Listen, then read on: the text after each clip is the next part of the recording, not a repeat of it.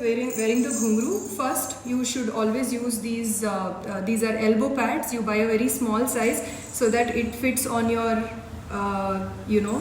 leg, and this gives a cushioning, so it's always good to wear a ghungru only with this. To wear the ghungru, you first take one end of it, place it, you have a bone here, right? You have to place it right above the bone. Don't keep it too much above, because then as you're dancing it starts coming down. So keep it right above that bone in the side, and just tie it around your leg. This you just hold it tight here.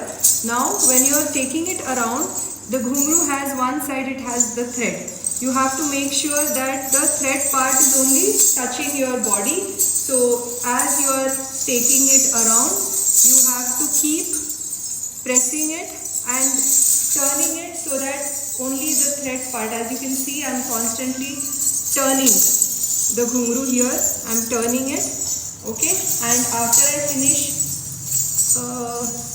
each round,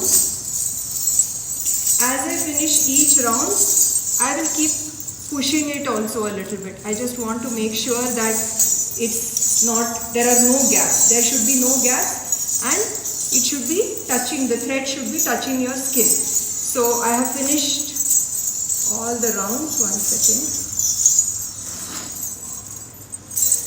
Okay, so this is the last one.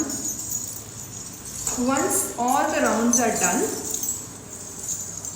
you just remove this, and now you have to be very careful to pass it between the gaps in the ghungru, right? Don't do it on the ghungru, pass it between the gaps. Now this has come up, now you go and tie it. Again, I did one turn, and now again I'm pressing everything inside,